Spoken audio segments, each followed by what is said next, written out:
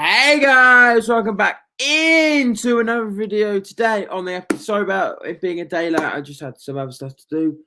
But we got round 7 Premiership Team of the Week, and it would have been a great weekend of results. We've seen Friday night, absolute great rugby. Bristol beating Bath 48-3. They're not so good for me. Sale beating Leicester 15-25. On Saturday, we had Northampton beating Gloucester 31-26. And then we have Exeter beating Worcester 21-17. And then we had London Iron beat Newcastle 31-22. And Wasp versus Harlequin 7-49. And just look, I'm going to show you the table and just look how close the table is, guys. Just look. So look at the table. Bristol on 29, Exeter on 24, Sale on 23, Newcastle on 19, Wasps on 19, Harlequins on 19, Northampton on 18, London Irish on 17, Leicester Tigers on 15. The league is close and all the way top to bottom. You couldn't call it at this very moment in time. But we're going to get straight into the video. That was the league table. Looking, this is my front row to start with. I've got Marler, Berringbine, and Afoa. Marler really impressed me yesterday. Really had that scrummaging and all around that field. That result against Quins does not surprise me whatsoever. I knew there'd be a bounce when the coach coming in. I didn't see Wasp to be really that poor. I like the money scrummage, really tackled really well. Did all the simple things well. Brian with 2 tries on Friday really looked really good. There was many matches, but he could be one of them. The line out with set piece was good. He scored 2 tries and good offloading. For 2 tries, he scored over. And John Afoa with the hands again, showing his age is so important. His hands got moving, got the back line playing a lot more.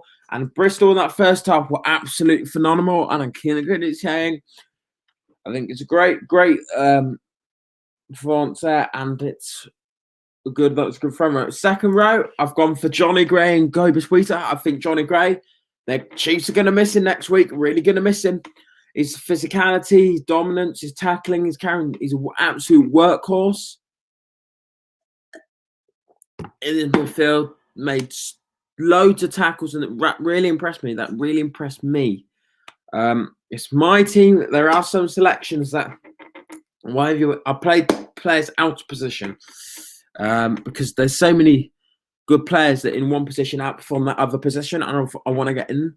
I think Cobus Wheater carried superbly, really beat his brother in the physicality area. And Jasper, I think he just showed how much better play he was on the day, but I think he was in a better pack.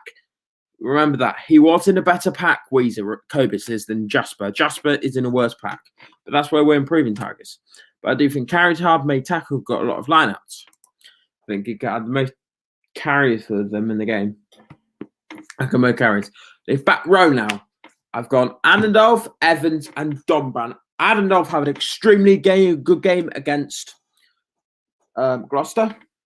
So I brought Dombran extremely played, and Will Evans played really well. So I mean, Adendorf that played out in the real game can play 6 in real life. Can play 6. So I moved him to 6. So can Dombran, but I like Dombran just a bit type of player. I think he'll work better at 6, but extremely carries hard, found space and wing, and scored 2 really good tries. Just wanted to chip on, found the space through the middle and scored in the corner. Very nice, and Saints are really starting to run. We're seeing from a Premier how good this Saints is and how well they're playing at the moment.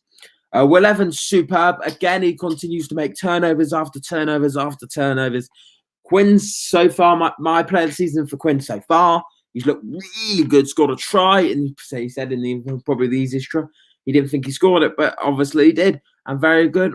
He didn't have the great turnovers, but in that game, but did everything else right and was a nuisance in that. It was he didn't get loads, but he was a nuisance in the air in that breakdown area. That was the most important thing I think about Will Evans' game. That was Dombran again. He made it. He was out. His work rate was unbelievable. He tackled, he carried, he did everything, the simple things well. looked really good and getting over the game on some offloads. 9 and 10. I've gone Andy Yearing from Bristol and Marcus Smith from Quinns. Interesting. I think a shout out for Worcester and Duncan Ware. He did impress me. Yeah, he did impress me, and I think he's getting better and better.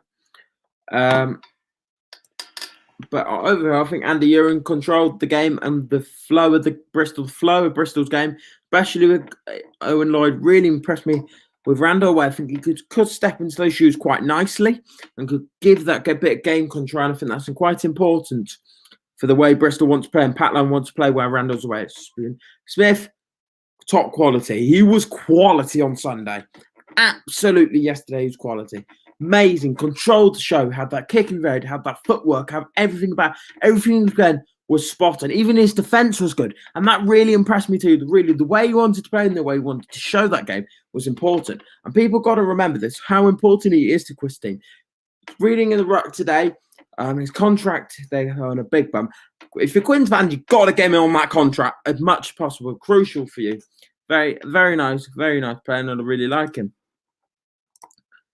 I've gone 12 and 13. This is where there's another person out with say semi. We might not be, you might be in, but I've gone O'Connor and Rory Hutchinson. I don't know how Connor, we'll start with O'Connor. He continues. He's my favourite Bristol player. He continues to perform and perform and perform. I think that really impressed me too. I think the way he played, it was crucial. Experience, you know what I mean? And Rory Hutchinson, very nice. I really liked the way he played. Was a really good player and he found the space. The fact he made a couple of breaks, but nothing of them came off. And then he made that breakthrough.